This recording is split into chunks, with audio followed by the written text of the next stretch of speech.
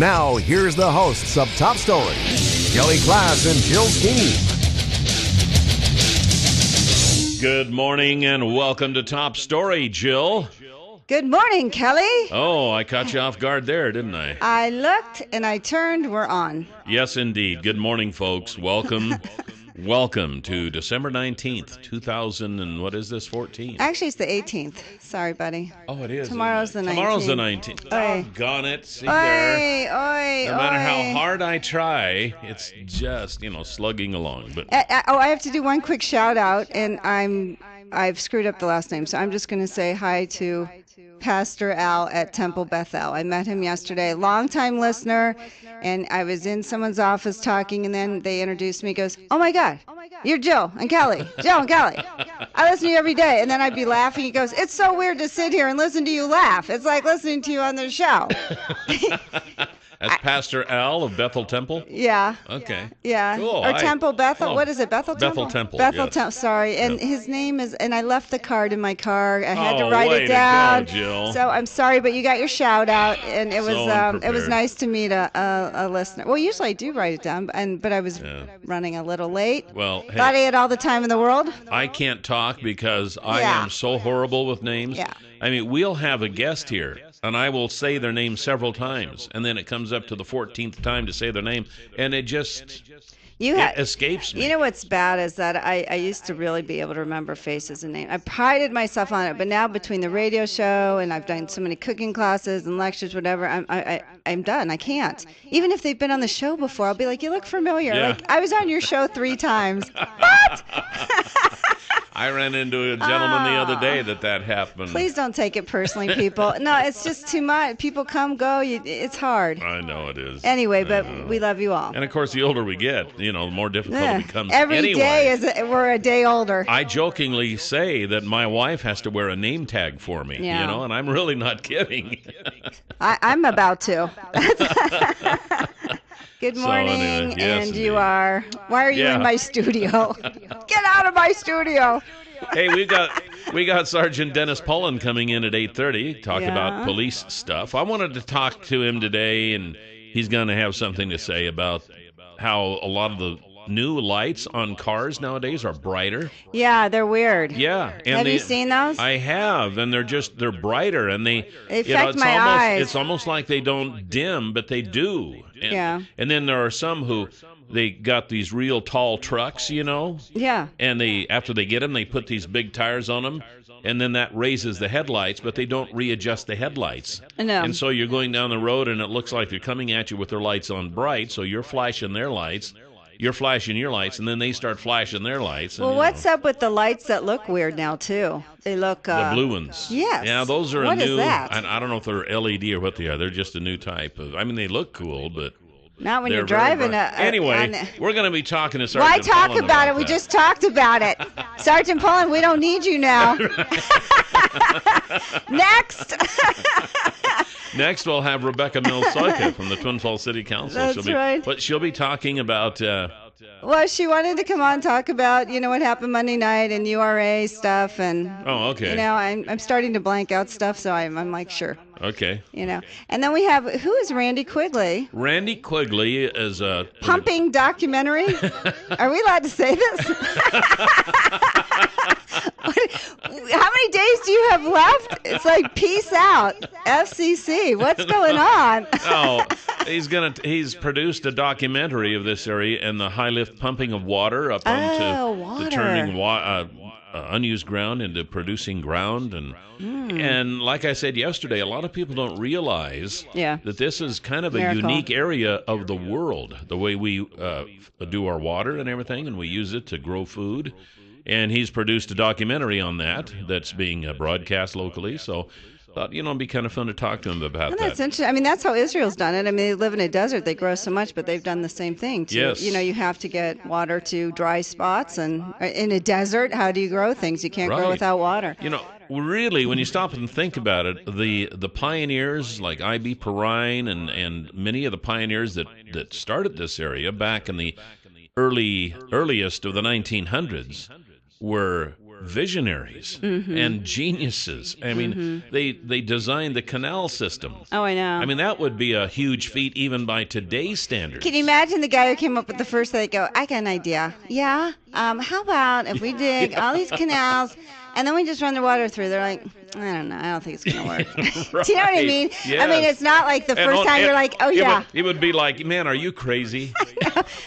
Who's digging it all? Yes. Get your shovel, IB. That's you know what it. I mean? Like, come on. And the canals, they have to be larger at the source, and then as they go down the tube there a ways, then you got to make them smaller and smaller. So how do you know how small to make? I mean, they were geniuses. Are you with me? They're like, no, I don't have a shovel. Right. I got something else to do. Yeah, I got to go wash my socks. Make beef jerky or something. So anyway, we want to eat. It's just it's amazing. It's crazy. Yeah, it's they crazy. were very much geniuses back in those days. Even to travel out here in those hard wagons, gosh. We complain when we have to drive a few hundred miles in a nice, comfortable new vehicle. Yeah. And those people, when they had the covered wagons, and there was no motels along the way. Not even a cushion. I don't even think they created cushions back then, did they? I know. So anyway, I don't know how we got off on that. What are we doing? But we do have a caller. Top story, you're on the air. Good morning. Good morning. Good morning, Kelly and Jill. Well, hi, Kyle. there. Hey, Kelly, I think the funniest part is that they did it with crude equipment. Yes. And it takes us longer today to get through the red tape just so we can fire up the diesel equipment. Yeah, you're absolutely right. Yeah, they didn't have all the government red tape back then. Well, an example I've always referred to is Twin Falls. Now, they covered up one of the falls on Twin Falls in order to put in the power plant back in the early whenever they did that. Mm-hmm. We would play heck doing that today. There would be no way that the environmentalists and the EPA and the this and the that and the other would let us do something like that. Well, yeah, I don't know. I mean, like back in the day, Hoover Dam, all the things that, Hoover Dam. But, those were geniuses, too. I mean, exactly. Really, the stuff, how they created, heating up the concrete because it would take a year to cure. I mean, amazing stuff. I know. That's an amazing tour if you haven't been there. Have you been there? Yeah, the Hoover Dam. Yeah. I was there. I wasn't on the tour. It was just kind of looking at it, No, you got to do the tour. Seems like I did do a tour, but it was many, many years ago, and I don't remember any names. I just remember I don't even know if I was there. I just remember being in this room, and, they take the tour, and then they show you on the map. They're like, you're here, like 700 feet down, and you're over. Yeah. You're in this room over with a window. You can see it over a 2-mile wide pipe. And I looked at Tom. I go, I didn't have claustrophobia, but I think I just got it. Yeah. Like, it freaked me out. I know. But anyway, so we digress. We do. So we're going to talk about the movies. We do. Yeah, the movies. So we lost. I mean, how do the headlines look? And in fact, I made the headline this morning. What was it? On our website promoting Top Story that North Korea 1, United States 0. Mm-hmm. Because we lost a war to the funny little fat guy who runs North Korea with a ridiculous haircut. We lost a war to him. Well, actually, it should be North Korea 1, Sony 0. You know what? It was really affecting Sony. And the thing of it is they decided they're not releasing it anywhere. Christmas Day is probably one of the biggest movie days and they didn't want people not to go see, I don't know, Into the Woods or all our other movies. And then I heard that some theater people said, well, Sony really wasn't promoting the movie anyway. They didn't think it was going to be that good anyway. So why cut your sales to the other films when this one is sort of a mediocre comedy, which, I mean, come on, you see the best parts in the clips.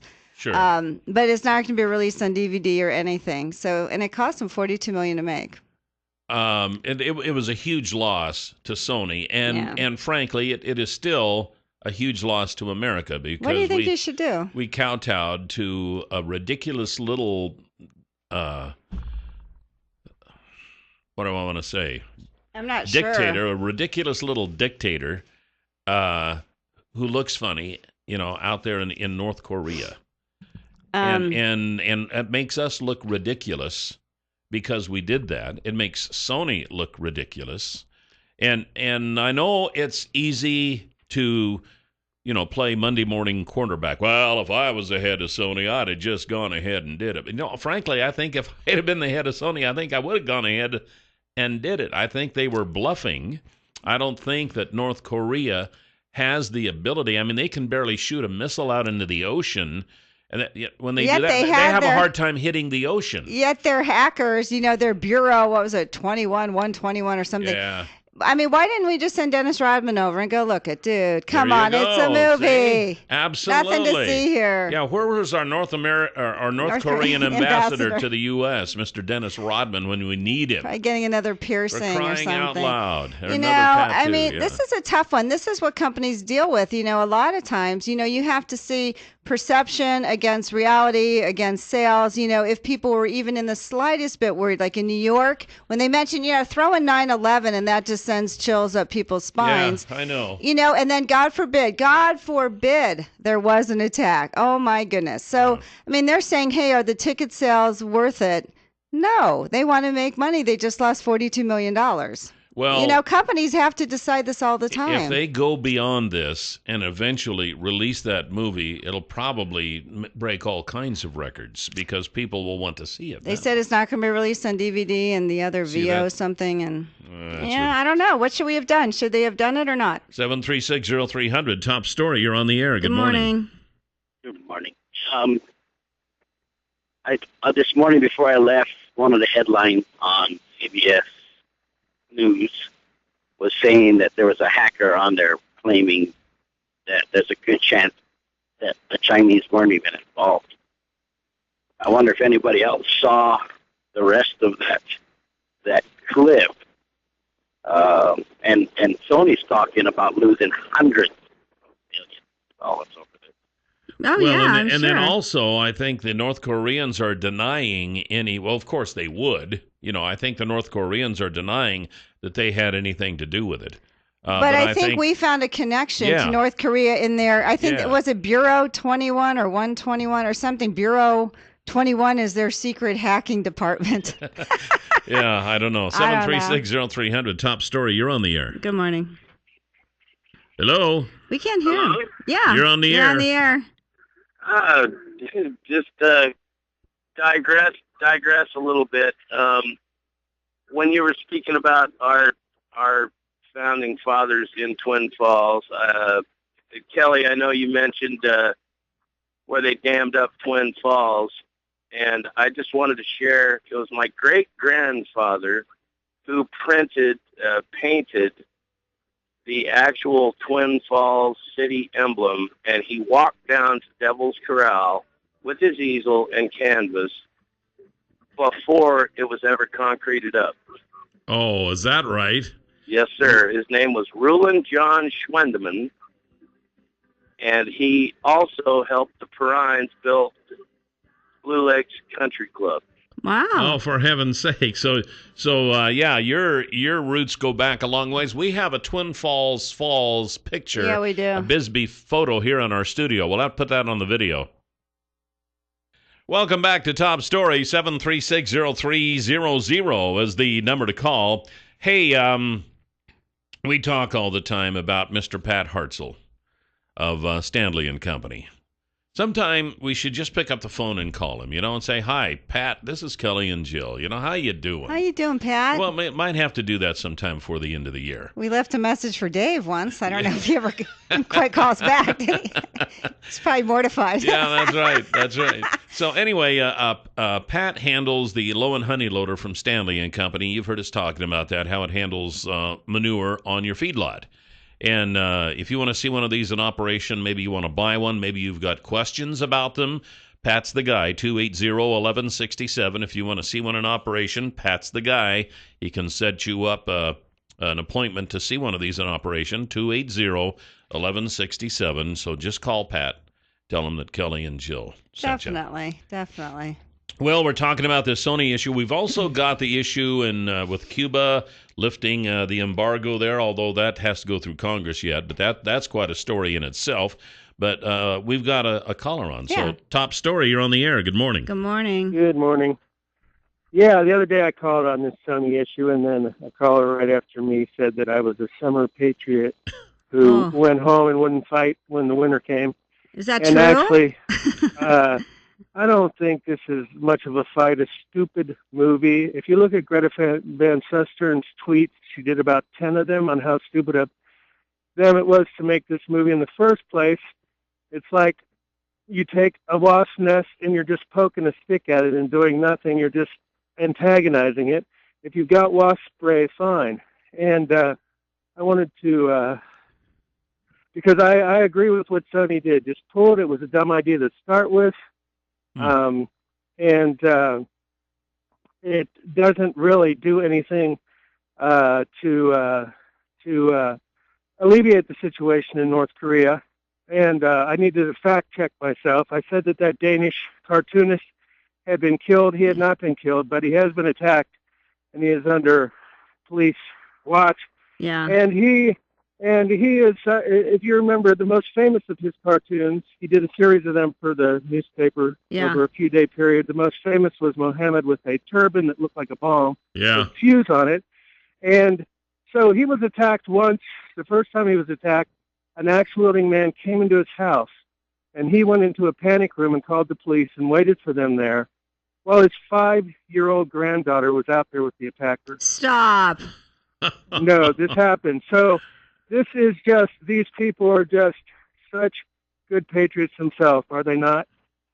Well, I think at this point it's gone to the principle of the thing. I don't agree with what, and thank you for your input, and I think there's some good points there, but it's the principle of the thing as far as I'm concerned. I mean, here we've got this stupid little country over in North Korea, and now they're dictating of what you and I can or cannot watch on the big screen because they're intimidating the movie studios. So, I mean, that is ridiculous. But then you wonder, in itself, where is it going to end? Is there a product they don't like? Do you know what I mean? Exactly. And then another company. But I don't know. I mean, it's a business call for Sony. I don't blame them for doing it because you're going to lose millions. Some people would be like, I'm not going on Christmas Day because that movie's playing at the same theater or Frozen's playing it. It's a business decision, and their stock's already dropped. Well, the terrorists have won. We have that attitude. Well, we're not going to do this because they might blow something. The terrorists have won. But what do you do? That's a tough call. We roll over and play dead, I guess, because they won. Well, it's easy for you to say because you're not on Sony's board and the stock's dropping. It's a business decision, and you have to look at it and go, hey, those are tough decisions. What do you do that's best? 736-0300, top story. You're on the air. The only thing that I've been kind of wondering for a while, and now that this hacking has kind of been pinned on North Korea, and also the fact that we know that China and North Korea they're pretty good buddy buds. Mm-hmm. The thing that I've wondered how they can get into it so easily into our systems. Yeah. And China, I know, has been one of the big hacking perpetrators. Is where is all of our computer equipment, the hardware actually manufactured?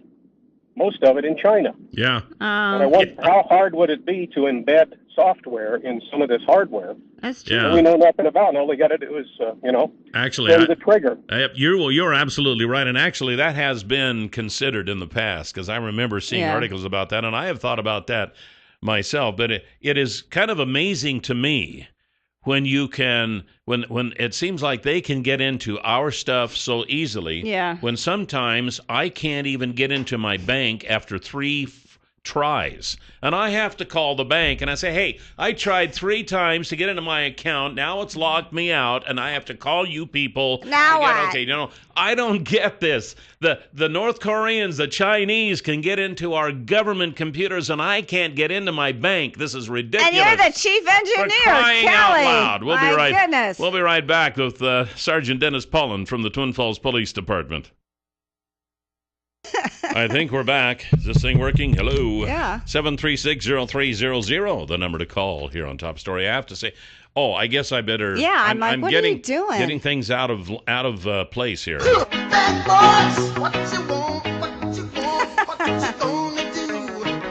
We have Sergeant Dennis Pullen with us from the Staff Sergeant, isn't it? Staff Sergeant, yes. Dennis Pullen from the Twin Falls Police Department. You'd think after all this time I would, just automatically know that, but He doesn't. That's okay. I forget a lot of stuff. I answer to anything. Yeah, I hear you. Just don't call you late for lunch. Yes, exactly.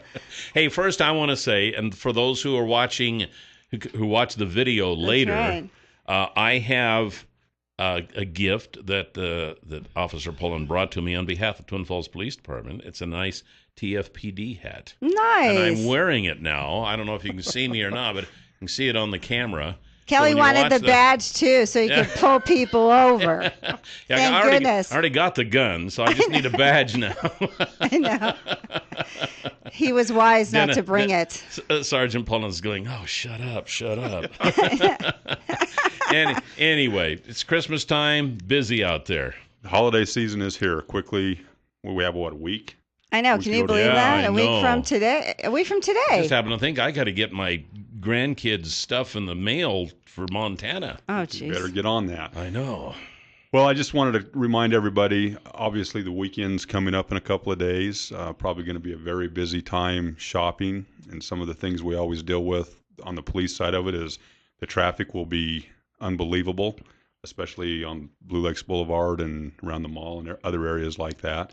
So just be patient. Just know ahead of time that it's going to take you a while to get there. Don't take any chances. And another point we want to make is when you're shopping, if you're going from store to store and you're putting packages or items in your car, out of sight, out of mind. We don't want people breaking the windows to steal whatever you have in there. Keep them in the trunk or cover them up or something. So if somebody is out looking to break into a car, they're not going to be enticed by seeing a nice TV or Xbox or something in the back seat. So make sure you or your purse in the front seat. Or your purse, yeah. Even if you go to the gym, they might leave their purse on the front seat. Or leave it in the shopping cart. Yeah. Yeah. Oh, yeah. Yeah. I think we've That's talked always a about good that one. before. Yeah.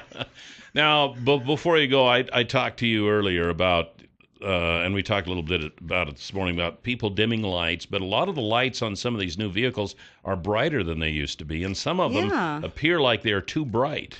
Yeah, they can only be so many candle power. And it's really hard to determine what that is.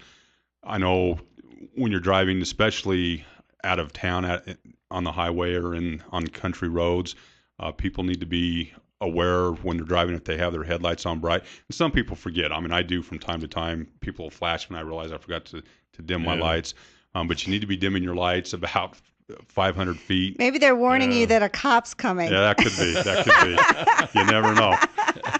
About 500 feet, you need to be dimming your lights before you approach a vehicle. At least. So a couple football fields to be safe. What about those weird lights? I see like these weird the blue blue-looking lights that ones? kind of hit your eyes weird. They do. I don't like those. I don't have either. probably because of my age, I have a hard time seeing at night when I'm driving, but they are hard to see when you're coming up on a vehicle like that. So yeah, dim your lights. Be aware of that. And I think we talked on the phone the other day, if you have a vehicle and you've raised the suspension on it, these four-wheel drive pickups, you have to adjust your headlights to be lower. Yeah. So they've got it's confusing. The code is, but basically, when your high beams are on, according to the code, they shouldn't hit the pavement beyond 75 feet from the vehicle. Ah, okay, that's a good rule. The way I understand the code, like I say, it's some of the very suspension confusing. that raises these like 6 inches or a foot sometimes. I mean, that really raises it. And you come over a hill, and all of a sudden you're blinded, and they've got them on dim. So how they lower it? They have to take it to a shop and do it, or can you do it? I've never yourself? done it on a new vehicle. I'm sure they're like the older ones, but you can. The older vehicles Have an adjusting screw, have screws. Just take a screwdriver, Phillips screwdriver. You can turn them left and right a little bit and adjust them up and down. I don't know if you I can see. still do that because my son the know. other day said he was trying to replace a bulb in his headlight, and he had to take the whole front end of the car off to get to it. So it One may more not be reason that I easy. love my 2001 Ford Escape. Older vehicles are easy to work on. Yes. They are. They Yes, are. they are. Anything else we got? In the city limits, you cannot drive at all with your headlights on bright. Oh, really? I did have not to know stay that, on. even Ever. if there's nobody coming. Correct. Oh, that's interesting. That's a good point. Yeah. But it you is know, a in the good county, point. like if no one's driving, but because you see deer a lot, especially on Orchard Road. So I do put mine up, but that's the county. Of course, that's the road I got nailed for going 7 miles under the speed limit. Because there are animals out there. I don't want to hit the deer going 50 miles an hour. She's never going to get over that. How No, could probably I? not. But anyway, that's fine to do, right? When you're by yourself, you can in the county. You can leave anywhere. one right then. Yeah, anyway, that's fine. Yeah, and All there's right. places, deer. I There deal are with deer. that every night. Once you when I hit the go city home. limits, so they got to go on dim. I gotta didn't be know on that. dim. I didn't know that. 'cause And that's why we have you on. Yeah, That's right. Thank you, sir. I'm full of knowledge. You are. Hey, we appreciate it. Hey, Thank you be safe out there, and Merry Christmas. Yeah. Same to you. Thanks Thank for the you. hat. You're quite Oh, welcome. he's All now all right. full of himself. Yeah. It's going to be You're hard to official. work. Can I have the taser now? Yes. Well, we're back. 7360300 is the number to call here this morning on Top Story. And, the folks at Clearwater Power Equipment have chainsaws. Chainsaws. Yes. Yes. So I'm gonna stick my foot in my mouth here again and be kind of sexist, but, probably most of the people today who want a chainsaw are men.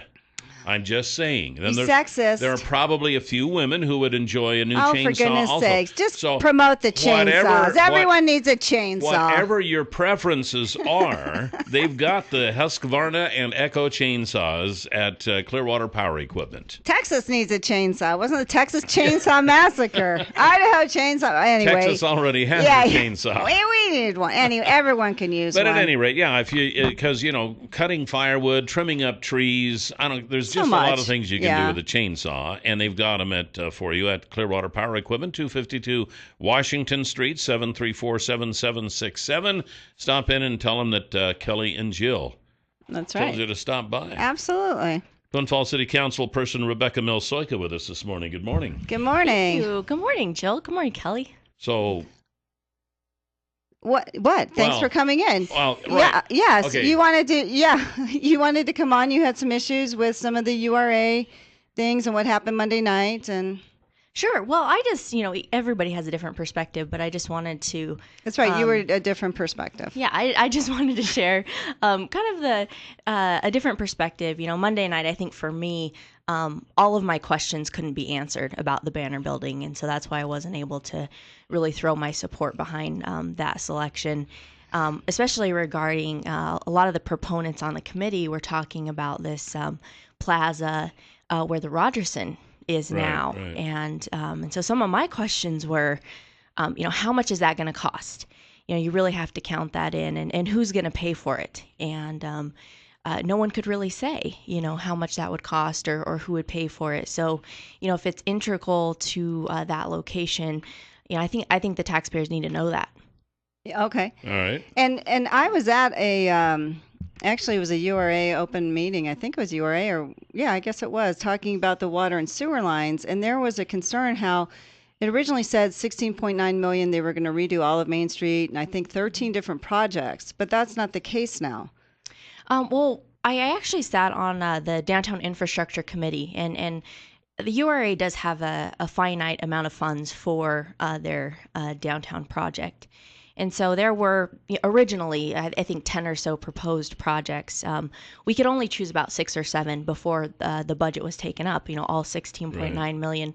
And those are projects that, the whole, the Main Street rebuild is really focused around getting the necessary capacity and the newer infrastructure to downtown so that they can attract businesses. And without those projects, you can't see those businesses relocate to Main Street because they don't have the infrastructure that they need. And some of these projects are not exactly on Main Street, but they're within the district or they feed the district with water or sewer. So they're vital. So my concern was, every dollar that goes to City Hall or a City Hall related project is going to decrease the amount of money that can be spent on downtown projects. Okay. So that leaves us where then? So that means the money that will be used to renovate the banner building for City Hall, is that money going to be taken away from some of the projects that we can do? No, so the renovation of City Hall, the $4.5 million, that's city dollars, and Okay. so there was the facts that we were presented with on Monday night. I mean, we knew that the city general reserves will be used to remodel the police and the current City Hall. And then it will also be used for the renovation of the banner itself. But I think something that wasn't clear is really the assessment of utilities feeding the banner. Where are they at? And OTAC hasn't come back with their final report on parking or on infrastructure. So we don't know which projects are going to make the cut for the upgrades. What costs will be left for the city to pay? We don't know. But you were saying that the Rogerson building, would they pay for that? $450,000? Yeah, almost $500,000. And so of that's course taken out of URA money. Right. So they only have that amount that they have for that TIF district. And so, yeah, that's down by $450,000 now. And then whatever it takes to remove that, I know they have some asbestos or some other issues with that building. They're going to have to remove it, relocate. Yeah, I did hear that as well. Relocate a water line. I think a water main runs through the Rogerson building. And so, yeah, all of that money, it just, so that's really the reason why I wanted to hear from the public, because this is a huge purchase. I mean, when you're spending half of all of your available reserves on one project, I think it's kind of part of our due diligence to ask the public and solicit them for their opinions. And, we did have a committee, but not everyone can come to a committee. Not everyone has the luxury of leaving work in the middle of the day. Some people work night shift. And that's why I'm a fan of diversifying kind of our avenues that we use to collect citizen input. Online surveys, public hearings, kind of doing several different avenues so that people can still participate. Because you made a motion for a public hearing on that, and it wasn't seconded. It didn't, unfortunately, didn't go anywhere. And that's okay. A lot of the council, I guess the rest of the council felt like they knew, they already knew which direction to go, and then they had already made up their mind, and so they wanted to act that night. I did want to wait. I did want to let people know because this meeting wasn't publicized or advertised. It was just a regular meeting. Very few people probably check our website for what's on our agenda. It wasn't even in the paper that day. Yeah. But also, people who can't attend a meeting, that doesn't mean they don't care. And It doesn't mean that their opinion is less valuable. And so, I just think it's good to make sure that we're giving everyone an opportunity. I want to, you kind of touched on something there that as far as people not knowing, back before the days of the internet and such, information was a lot more difficult to find. And I think we have to realize sometimes if people are interested in something, they can't use the excuse that, gee, I hadn't heard about that. Because if they are really interested in an issue and they are pursuing it, my hat's off to the city of Twin Falls because they really do have a lot of information on their website. And if you want to find out about it, it's kind of a click away. So what I'm saying, I guess, is if you are interested in any project that's going on, be more aggressive and try to find out the information. Keep up with the stuff, too. Oh, sure. So. And I don't think people don't have the information. I don't think people don't know about it. I think they weren't invited to speak. I mean, and as we found out at one of the committee meetings, sometimes you're allowed to speak and sometimes you're not. It's all up to the chairman. And people didn't know that there would be an opportunity for public input. And so I don't blame them. They didn't show up to the 5-hour meeting to see if maybe they had a chance to speak. It was a 5-hour meeting. But also, and it's the Christmas season. People are shopping and whatever. But sure. No, so I wouldn't dispute that. I think the city does a great job of getting that information out there. But there are different ways to give people an opportunity to provide their feedback. And the more options that you give them, the more likely they are to respond because someone, we have a lot of just regular workers. I mean, 60% of our community, according to the census, are just regular working class folks. And so, like my husband, shift work, he works nights. So can he come to a meeting at noon? No. Does he care? Yes. And I mean, that's true for so many people. So what's really convenient is when we have a tool. We have free online surveys. It's simple, yes or no. Then you have a quantitative number you can look at. Is it statistically significant? No. But it's just another tool. It's like a public hearing. It's a way to gather the community's perspective. And whereas I'm elected to represent that perspective, I'm going to do everything that I can to hear from them and to give them a convenient option. Where they can participate. I think you would find participation up when you reach out in all those different avenues. Well, we had Greg Lansing and Don Hall yesterday, and Greg kind of said, well, we've been looking at the banner building for a couple years now, which kind of surprised me. So I hadn't heard that. And, it almost seemed like sometimes when you deal with something for so long, you think, oh, everyone's heard of it. But really, they haven't, because how did this come about? Yeah, and he might have heard of it for a couple of years. The first I heard of the banner proposal, it was presented to the council around May of this year. And that was about 6 or 7 months after the council or the committee on the council. I wasn't part of that decision, but whatever group turned down the clinic when the county offered that to us for probably $1 or whatever makes the contract legal, essentially a free building. But that was turned down, and we had that discussion during the strategic plan, and it was said then that, well, we're fine, and we don't have these space needs, or they're not emergent. That's what I heard. And so the first I heard of, and it wasn't in our strategic plan, was it? Well, it was taken out during the draft. Taken out of the strategic plan during the project, because I brought it up, and I said, hey, what's it says here to build a new city hall, but we just said no to the clinic, so why would we do that? But so about 6-7 months later, the concept of the banner and the Rogerson Plaza kind of came out in around May. So we haven't been dealing with it for that long, but I think you can't forget. Who presented the idea to begin with? Like, it was just presented to you guys? Fran Florence actually presented. I think it was his concept. But it actually was also presented in a 2000, Gary Garnand at one of the committee meetings mentioned a URA study done in 2007 or 2008. And it was kind of a similar thought, build a plaza, buy up a bunch of lots, and kind of redevelop them as you buy them. That was kind of the premise of that study. Back as far as getting input, I know that you usually consider the Twin Falls City Council as kind of the end all as far as information, but I know we probably should have Melinda in with the URA and stuff to talk about that. Yes, but they are also, they have email addresses, and I would think they would be available for input from the public as well. Yeah, I know you that's can't a good speak reminder. for them, but yes, and that's a good reminder, because even though they're not, the Urban Renewal Agency is a board that is appointed by the mayor and confirmed by the council. So while we have a hand, I guess, in appointing people, they're an independent board, and so we have no greater control or influence over them than a general citizen. So exactly, their names would be on the city website, and definitely contact them for any thoughts as well. And their meetings are not open to the public, are they? They're not. They hold public meetings. They did not adopt the same transparency resolution that we did, so they'll still have committees, that maybe aren't always notified and open to the public. Like their steering committee is that open to the public?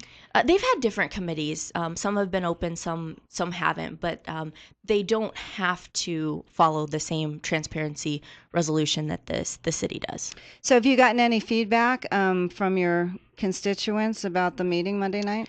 I know that collectively we did get one letter just saying, I think they were saying, why wasn't the clinic given more consideration? They didn't feel like the banner was a good location. And of course, a lot of feedback you guys get on the radio, and you hear that, it's been interesting feedback. But I think my concern all along is also, number one, parking and accessibility. And that's what I hear repeated. I heard preliminary 2 or 3 results, people yesterday. Yeah, the preliminary results came out, but the parking study and any solutions have not been presented. The parking study is not complete, and so it's really difficult to take public lots and say, well, they're 50% used, but that's with the current condition of downtown.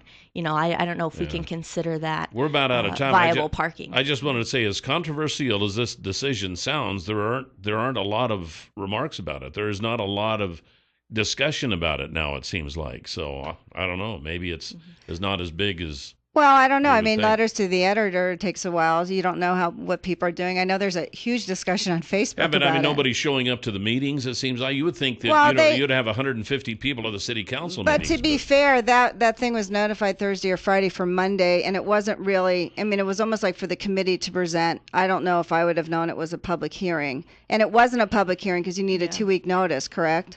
Yeah, and well, we had a packed house Monday night. I mean, it was full, but I think the It was general committee public members. didn't know. Right, it was mostly committee members. I think Yeah. the general public didn't know to come. We're out Yeah. of time. Rebecca, thank you. It was nice seeing you Thank again. you. Thanks for All giving right. the other Merry point Christmas. of view. We're going to be Happy talking. Hanukkah, Jill. Yeah, Thank you. exactly. We're going to be talking about some history of the Magic Valley and high lift pumping this next hour on Top Story. Stay tuned. And welcome back to Top Story. 7360300 is the number to call. Welcome back, Jill. Thanks, Cal. Same to you. Sorry, I spilt my tea here a little bit. Oh my! I need to wipe Let's it hope up. that's on the board. You know, the No, whole no. thing could just short out. I know, and we just go dead in the... I was just kidding.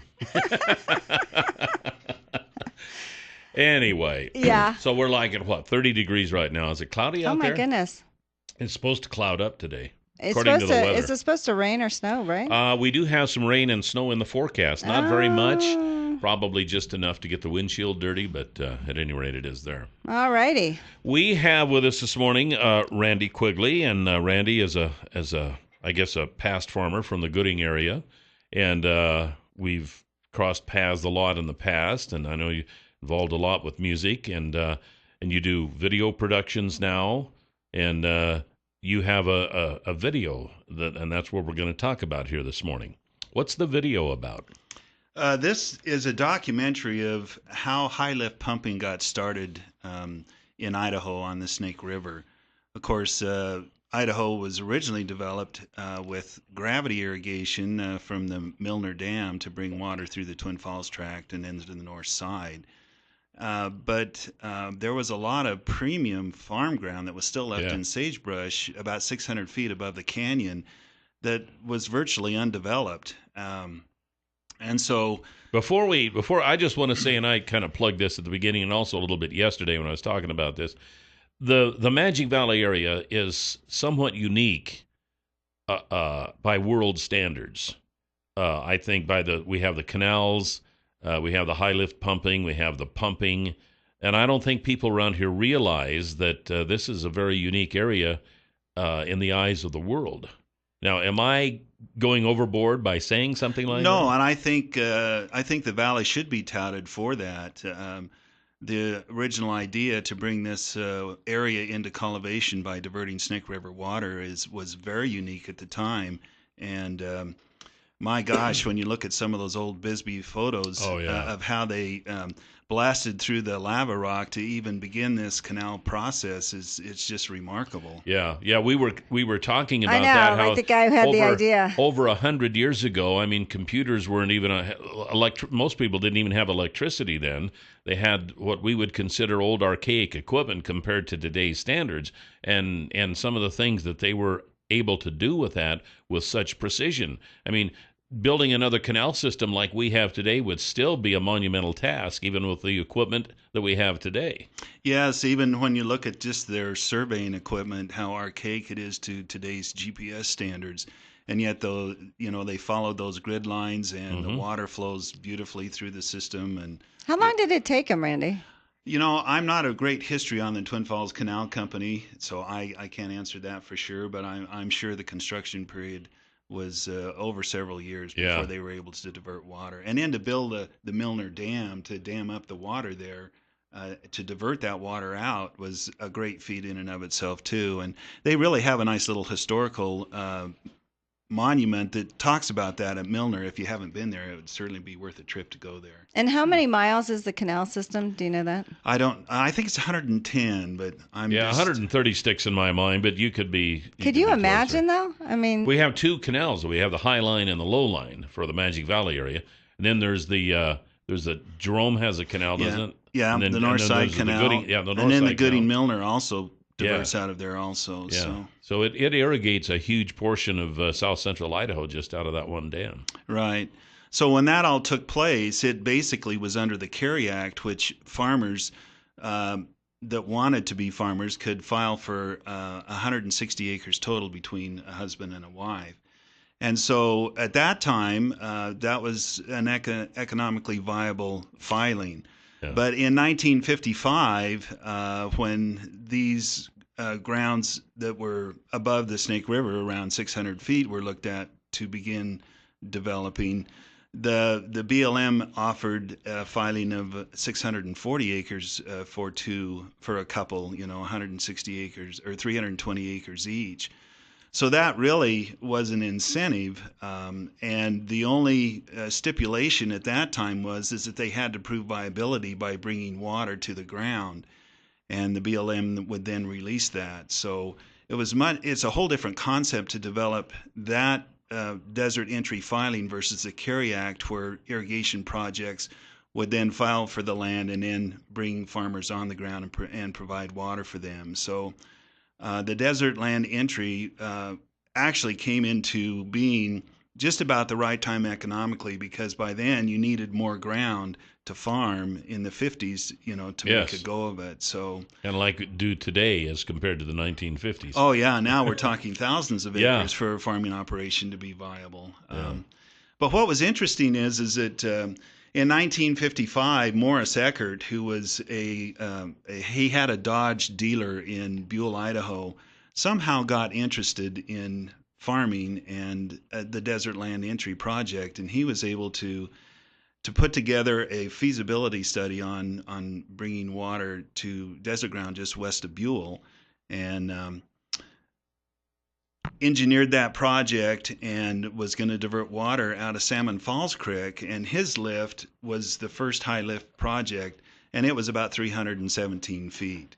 And so he began this project in 1955 and eventually ended up with a core group of people and put in about 5,000 acres. So that's basically the very first beginning of high lift pumping. And of course that was brought about because electricity was developed, and electric motor was developed, and the pump to pump water was developed. Yeah. And at that time, Idaho Power had an abundance of power. Hell's Canyon was just getting ready to come online, and so they were out looking for people, to use power. So all of the kind of elements came together as Morris began to identify those lands, and he was a man well ahead of his time, because not only did he develop the Magic Waters project, which is west of Buell, but he also identified other lands that eventually became developed, like Sailor Creek and Grindstone, Black Mesa, and eventually Bell Rapids. I have a booklet of the Magic Water project that shows all of those grounds. Now, what was also really interesting was that after Twin Falls developed their project, the last person left standing thought that they could divert water at Castle Ford and bring water all the way through those same projects down Dead Man Creek to Mountain Home and then dump it back into the river. Oh, wow. So these lands had been identified as late as 1910, 1920 as feasible for farming. And what's interesting is that those lands that are out west of Buell and on the south side of the river are some of the most productive lands that we have. Potatoes were a big thing when the Twin Falls tract came in, but as these high lift pumping projects began to be developed, they realized that by sprinkling the land, they didn't have to level it so much to make water run down a furrow. The potatoes actually, the quality improved and the yield improved. And it was about that time when Simplot was really kind of in his heyday, and the French fry was king. And so as each of these... What year was that? That was in the 50s and 60s. So right when it started coming out with the hamburgers and the fries and things like that. When they launched their a chain store concept to sell burgers and fries, then these new projects were developing, and as each one of them went in, the demand for French fries continued to raise, and so these projects were basically developed with potatoes originally to get them up and running. This was kind of a perfect storm of good things, wasn't it? Yeah, the timing was just wonderful. Yeah, everything was being developed that they needed, almost just like a little bit ahead of them, until we have what we have today. Yeah, and it was interesting that the BLM at that time, their agenda was that they would retain public lands until they could transfer them into private lands.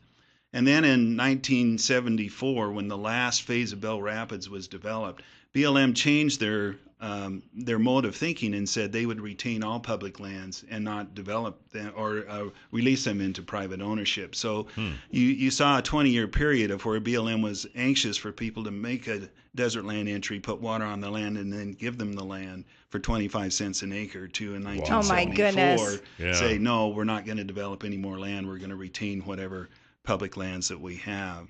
Wow. 25 cents an acre. That's amazing. So, Randy, what determines high lift pumping as opposed to the other? Is there a standard? Is there a high? It's like, what is the difference? Well, at what point does it become high lift? Yeah.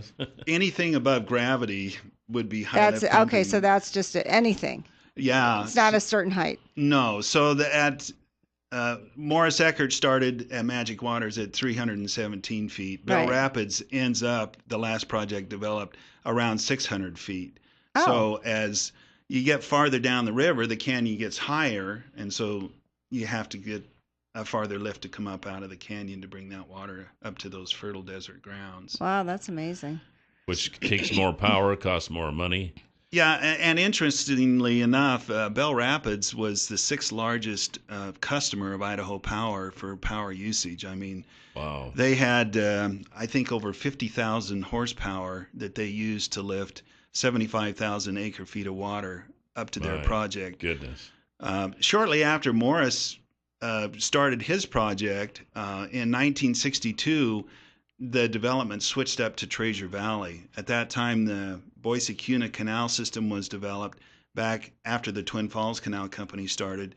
But they ran out of water. By the time they got to Kuna, there wasn't enough water for some of those entries. And so there was ground that was given to those people under the Carry Act, but not much water to go to them. And Alan Noble. So how useful is that? Well, it wasn't. There was a problem. Yeah, you need water, don't you? I have some pictures in the video of these guys camped in tents, squatters almost, on their ground. Saying, where's the water? Yeah, where's the water? I'm thirsty. Show me the water. Show me the water. Now, is Bell Rapids, is that area still farmed? No. In 2005, when the state of Idaho needed to have water to mitigate the Nez Perce water agreement. Yeah. It was a perfect fit for Bell Rapids, and they sold the water to the state, but it was an in-stream flow right, so the water stayed in the river, which made it a perfect fit for salmon recovery. Yeah. And the growers were able to keep their ground on top, and they eventually sold that ground to a ranching operation up there. And which didn't need the water, you might say. Exactly. They had enough culinary wells up there that they could continue to water livestock through those wells. But then also the proliferation of windmills started up there too. Yeah. So now there's no actual cultivation or farming with irrigation. There is some dry farm going on a little bit up there, but it's mainly just a big cattle operation. Wow, interesting. So we're about to go to break. We are, yeah. We got Randy Quigley with us, and we're going to come back. We're going to talk about your video and how people can get it. I know it's documentary. It's a documentary, Kelly. Okay. What's this with a video? It's like Randy. He's rapping. That's his water rap. Mea culpa, mea culpa. Hello. Right, we'll be right back here on Top Story. We are back. 7360300 is the number to call here on Top Story. Kind of have a history lesson going here. A documentary on the history of pumping water. Actually, is what it boils down. We're going to get back to Randy Quigley here in just a second, and Jill. It's called Looking Back at the Snake River Plateaus. All right, very good. So there you go. We'll get back to that in just a second. But first, I have to say, yesterday's $100 instant winning name. And the word of the day brought to you, of course, by the Happy Landing Restaurant. Yes. I went out there yesterday for lunch. Did you have pie? No, I didn't. You were supposed to report on the pie. I still have a cracked tooth, and I have to watch what I eat, although pie would be way been softer a good than choice. any. What else did you have? Yeah, I had a bowl of chicken noodle soup. And a side order of tater tots. And boy, that soup was tremendous. Homemade noodles. Homemade noodles? Yeah, at the Happy Landing Restaurant. They're doing homemade noodles at the Happy Landing Restaurant? I told you. Randy, did you know this? You need to put this in your historical video. That's not history. It's movie, today. Remember? Yeah, exactly. But at any rate, head for the Happy Landing Restaurant at the Twin Falls awesome. Airport, and they'll treat you right. Are people coming in? Yes, they are. Of course they are. Telling them that Joe and Kelly sent them? Of course They're they giving are. out pie right and left? Oh, man, I tell you, they can't hardly keep it in stock. They're making those pies. Well, I think they had to hire about 15 people just to make pies. Is that right? Yeah. Okay, so what's the word of the day? Okay, the wedding name for today is Patricia Stewart. Patricia Stewart, congratulations. And the $100 word of the day is north. North. North. North. I think kind of like North Pole, Only it's just half of that. It's north. Tomorrow might be pole. What do you want to bet? I don't know. Might be. Go to our website, newsradio1310.com. Click on Word of the Day. Type in North, North. Listen tomorrow. If you hear your name tomorrow and you played the word today, $100 will be coming your way. Easy. Mm-hmm. I like my little poem, but nobody ever, recognizes it. That's all right. I'll point it out. Your little what? My poem. What poem? If you go to our website. Oh, never mind. I forgot it now. Randy Quigley is with us this morning. This is what I'm dealing with, Randy. It's like the Alzheimer's hour. Okay. Where am I? The documentary. What's the documentary called? It's called Looking Back at the Plateaus of the Snake River. Okay. Now, this is being played on local media, right? Yeah.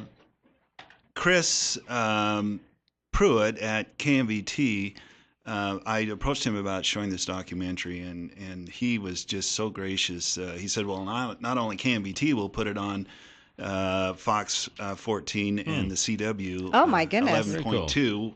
Pinch yourself, huh? Yeah, pat myself on the back. There you go. It's awesome. When's it going to be airing? Well, I'm glad you asked. Okay. I had to put that plug in so that your intro of me this morning would work. So it started yesterday on Fox 14, and doggone it, my debut was interrupted by Obama's speech. Oh. So those people, Is that poetic justice or what, Randy? Well, maybe for you, but not for me. Yeah. Oh, for crying That's hilarious. He always interrupts the interesting stuff. There you go. Is it going to run again? Yes, thank goodness. You. Okay, so on KMVT, it's going to run on the 24th at 11:30 in the morning, and then on Christmas Day at 5:30 in the morning. So those that are just still waiting for the kids to get up can still catch this interesting documentary. Those who are still serving cookies to Santa. Yes. Is it going to run on Fox again? Yes, it will run on Fox. I got one more shot for KMVT, and this is the prime time on the 27th, 6 p.m. Oh. So then on Saturday night, Fox 14, it will run on the 24th at 11 o'clock in the morning, and then Christmas Day at 6 a.m. So almost a double shot there. And then the 27th at 1 p.m. Which one are you going to be watching? Well, I'm gonna TiVo all of them. Okay, good. Yeah, just in case. Yeah, absolutely. And then the CW. You're not awake. Now the CW you can only get over the air or on Cable One because it doesn't come through the satellite networks. Right. But that's being shown on the 21st at noon and on the 23rd at 1 o'clock. Well, very interesting. Are these written down somewhere so folks can refer to them? I have a copy of these for you. Randy, you can post it on your website, Kelly. Okay. All right. Well, we got a caller here. Tom Story, you're on the air with Randy Quigley. Good morning. Good morning. Good morning, kids. Burley Guy, how you doing? Burley Guy, where have you been? How are you? Good. I've been froze up. I just wanted to comment. I've worked on these lift stations out here to Declo, and they are an amazing project. When they was built, it was just a kind of astronomical task of what they did, and this area would be dead without it. But more than that, I wanted to comment on Obama interrupting his show. He probably lost 2 people. Oh, Burley Guy. Burley Guy, it's really amazing because after Obama was done, which burned up 25 minutes of my 1-hour video, I still had 4 people comment that after it was over, they watched the video and loved it. So there are those diehard conservatives that still want to see, progress made. Which means they probably watched the president then. Well, they were forced to. But hey, it was Cuba, so it was somewhat You're lucky interesting. they didn't turn it off. Well, what I thought was interesting about President Obama's speech is his arm got longer as the speech got longer, patting himself on the back. Yes. And if you took eye out of his speech, it was almost empty. So that's my critique. Randy. Hey, you've been patting yourself on the back, and very well deserved. Yeah, thank you. Thank you for talking about your documentary. And thank you. And I will try to post these times on our website. Thank you so much. And we'll miss you, Kelly, when you sir. retire. Well, thank you very much. Randy, I appreciate thanks for that. coming on. It's nice to be missed. Merry Christmas. Same to you all. We'll be right back. Okay. 7360300 is the number to call here this morning on Top Story. Welcome back. And I know I talk all the time about the folks at Farmore of Idaho, but it's just because they've got so much interesting stuff. They've got Certiset, which is a new way to irrigate, actually. It's a flexible pipe that goes out in your field. You never have to pull it out. They have attachments on your equipment that lift it up and set it over, so it's never in your way. So you can water right up to almost time to harvest. And when you get done harvesting, it's still there, and you just turn on the water again. It's the darndest thing. It's amazing how that works. It is, and they can tell you all about it at Farmore of Idaho, 324-3341. It's called Certiset, and farmoreofidaho.com is their website, so that's the place. All right, I just want to mention again, Randy went over those times for real quickly for showing the documentary on the high lift pump. What was the name of that? This is what is the official name, Looking Back at the Snake River Plateaus, a historical look at high lift irrigation, including the closure of Bell Rapids. You know, I never even asked him. Apparently these are for sale also, because we've got Nice. a video here that's wrapped up. And Randy, where is it sold at? well, you know what?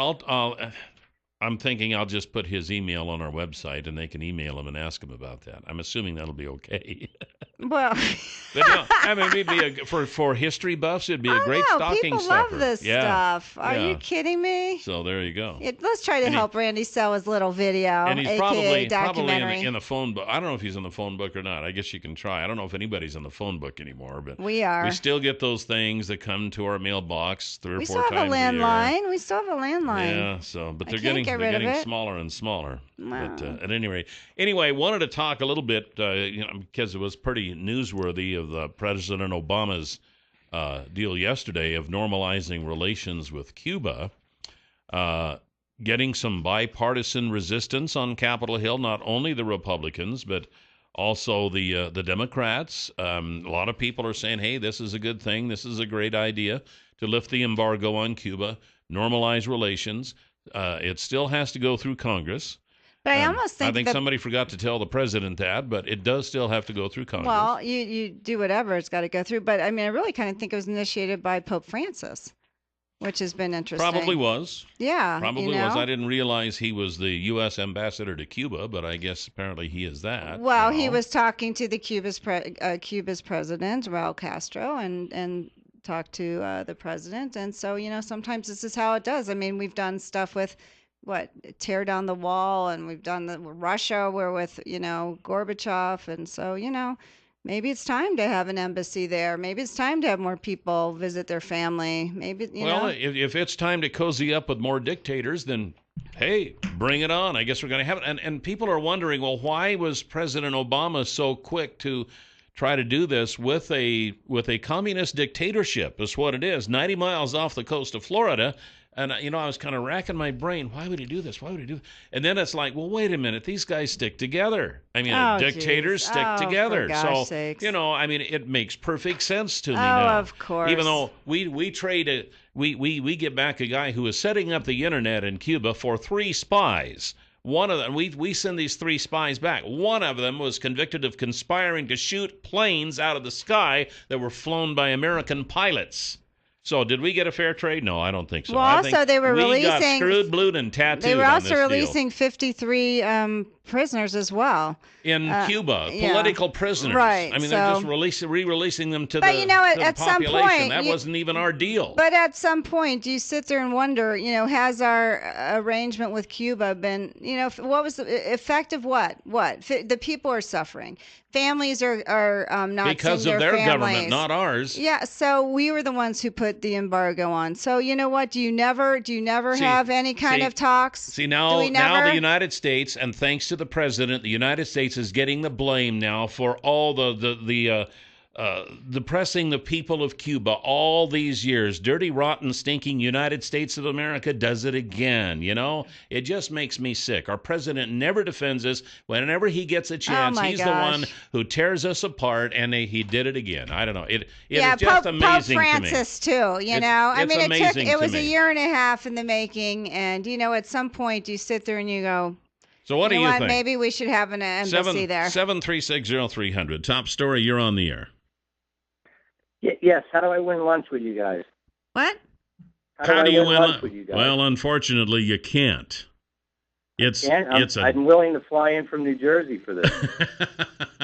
Hey, if you want to fly in we'll just go to lunch with you. Wait, is this my cousin Eggs? Yes, it is. You sound different today, Eggs. Do you have a cold? Yeah, it was a late night. Oh, okay. I'm like, that doesn't sound. So, Cousin Iggy, how are you? I'm good, guys. I wanted to say, goodbye to Kelly. I've enjoyed listening to him. Thank you, sir. Nice. But I do have a comment on the Cuba situation. Okay, hang tight. We're going to go to a break. Can you hold for 3 minutes? Sure. Hang on, Eggs. All right. Okay. Stand by. We'll be right back here on Top Story with Jill's cousin. Cousin? Is it cousin? Cousin Iggy. Cousin Iggy. There you go. Okay, we'll be right back. 7360300 is the number to call always here on Top Story. And we have a rare treat, ladies and gentlemen. We have one of Jill Scheme's many relatives on the line. I didn't have that many relatives. Cousin Iggy from New Jersey. My first cousin. Hi, Eggs. How are you? Hello. How are you? Yeah, I didn't recognize you at first. You sound a little foggy. But anyway, thanks for calling. So what did you want to make a point on? So the big story out here this morning is that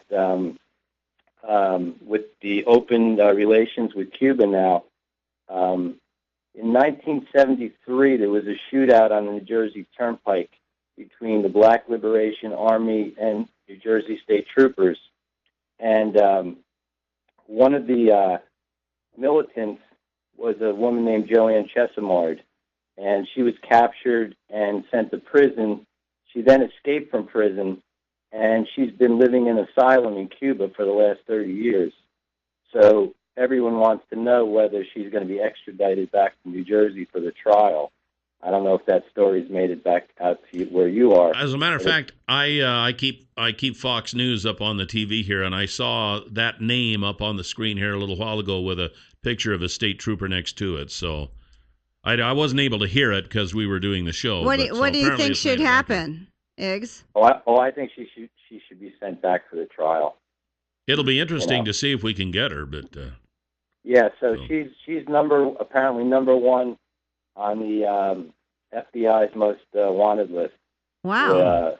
So I don't, it's something you may not know out there, but out here it's very, very big news. So I just wanted to chime in and let you know about that. Did Governor Christie weigh in on it? No, the governor, the big governor, has not weighed in on it yet. How did you feel about him being in the box for the Dallas Cowboys? I hate it. What's up with him? I'm a Giants fan. We're all Giants fans in North Jersey. I can't even comment on it. It's terrible. It's gonna cost him in the end. Believe me. It's got a 6-second delay. I couldn't believe it. I was shocked, and he says he's a lifelong Dallas Cowboys fan. I'm like, whatever. Yeah, he wants the Texas money in case he runs for. Hey, one other question about Governor Christie. How about the veto of the pig cages out there? How did that go over? Of the pig cages? Yeah, didn't you hear that? That these poor little pigs can't even turn around. They actually go insane. And they were going to enlarge enough or ban those small cages, but because Iowa has 200,000 pig farmers as opposed to like 95,000 pigs in New Jersey, he vetoed it. You didn't hear about that? No, see, I'm still trying to get up on all this agricultural stuff like honey loaders. I'm way behind that. I know. And we appreciate you listening, Eggs. Happy Hanukkah. Okay. Hey, it was good to talk to you. Yeah, great talking to you. I really enjoyed the show. Thank you. Take care, Kelly. Thanks, Iggs. Love you. All right. Cousin Iggy. I know. He's my first cousin. Yeah. Love Cousin Iggy. In where at New Jersey? Right now he's in, I think it's called Pennington. Oh, okay. Pennington, New Jersey. Well, it was nice getting to know It was even nice, on a small scale. He started doesn't listening, and then he really likes the show. And when he was home working in his office, he would listen, and we've heard him on from time to time. So Wow. yeah, it's kind of funny. It's nice. Yeah, that is. It's nice I get to catch up with my relatives on air. I know, all over the world. I mean, you got relatives in Israel, right? I do, actually, yes. It was my cousin Arnon's birthday yesterday. So happy birthday, Arnon. It's no wonder you have no moss on you, being the Rolling Stone that you are. The true wandering Jew. You really are. I think I am. You I've really lived in many places, Cal. Many, many, many places. Well, anyway, and if they can, hey, I know there are going to be. It's good that Mr. Gross now gets to come back home. He was the guy that we traded. We also traded for there was a Cuban national, I guess, who was caught in Cuba 20 years ago spying for the United States. I guess that was also in the trade because American officials didn't want it to just be about Mr. Gross, who was there working for an American organization trying to get the internet put into Cuba. I mean, he's the one that is getting all the headlines, but there's this other spy, essentially, that we're getting back also. Well, and they felt like Mr. Gross also was going to die in captivity, that his health, and they said if that happened, this whole thing was off. So. And I don't think nobody looks down on them for that. That's a good thing. But the overall value to the United States, I mean, I guess if there is a huge value here, a lot of the cigar smokers will appreciate being able to get a few of those Cuban cigars.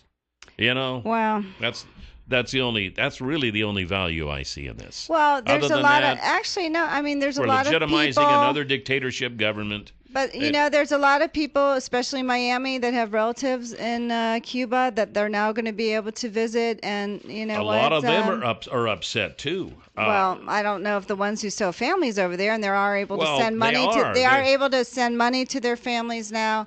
So, you know what? A little bit more. They can't just send as I much know, as they want. but, It's just a little bit more. But, when you're in that situation, at some point, 53 years, do you deal with it? Do we not? Look what we did with Russia in the Cold War. I just poked down on the button here to take a phone call, but I just look at the time, and we're 30 quick, seconds maybe away. Quick. You got 30 seconds, buddy. Top story. You got 5 seconds. Hey, Shelly, now they can open that border, and now instead of swimming over, they can fly over. Yeah, apparently so. It's probably a lot easier. They can't do it yet because Congress still has to say so, and I don't think Congress is going to say so. But I don't think anybody told the president that when he started doing this. But that hasn't made any difference. That was a year and a half he started. Why would it matter on now? it. Here's the Huckabee Report. You can hear the Huckabee Report each weekday at this time, brought to you exclusively by Waddell & Reed, Laura Nelson, Josh Funk, and Steve Stanger, financial advisors. We haven't mentioned, their number is 736-6563. Almost got ahead of myself here. That's right. Also, here's another number for you, 933-2600. That's the number for Canyon Pond. If you're looking for something specific and you want to call around and see if they've got that, you could call them and talk to Dave and say, hey, have you got such and such? Because it's a pawn shop, and they just might have it. You never know. And if they don't have it today, they might have it tomorrow, because that's kind of how it works with pawn shops. Canyon Pawn is Twin Falls' newest and cleanest pawn shop. I think it's safe to say. I think it is, without a doubt. And if it's got your endorsement for being clean, we know it's got to be clean. Because you are the queen of clean, right? I'm just a picky pants? That's right, yeah. Guns, they got all sorts of guns. They got all sorts of camping stuff, woodworking. Bicycles. Electric guitar. Yeah. Really some cool stuff. They really do. Old-fashioned camera. That's right. Yep. Anything you can imagine. It's a pawn shop. They're on Shoshone Street, right across from Will's Toyota on 3rd Avenue South, and they can help you out. I wanted to mention, too, if you heard Randy Quigley on a little bit earlier, he kind of necessarily so, he had to go through the times that KMVT, KSVT, and CW are showing the documentary on water pumping here. What's the name of it again? It's called Looking Back at the Snake River Plateau, yeah. A historical look at high-lift irrigation, including the closure of Bell Rapids. And it's on a DVD, so for local historians, local history buffs, it'd be a great stocking stuffer. Oh, yeah. And his website is on that DVD that he gave us, so I will put that on our website soon, as soon as I can get in there and get it uploaded. For top story. Here's his website, right. lookingbackthemovie.com. lookingbackthemovie.com. So if you want to go there and buy one of these DVDs, it's $19.99 plus $5 shipping. So that's $24.99. Cheap at twice the price. Some great history there. Great stocking stuff. A great gift. And it's family friendly. And it is. It's not rated. Not rated? That's what he says. All right. Very good. So there you go. You could all watch it Christmas night. Yes, indeed. Well, hey, looks like we're done for the day. Man, got some stuff to do. I'm going to try to get that. I'm going to get that posted. I'm going to get the video here posted. You can see my new hat from the Twin Falls Police Department that Staff Sergeant Dennis Pullen brought in to me. So if Kelly tries to pull you over, people, he doesn't have a badge. Just has a hat. It's just a hat. Yeah, that's right. Don't fall for this. We'll see you tomorrow. Have a great day. Goodbye, Jill. Bye, Cal.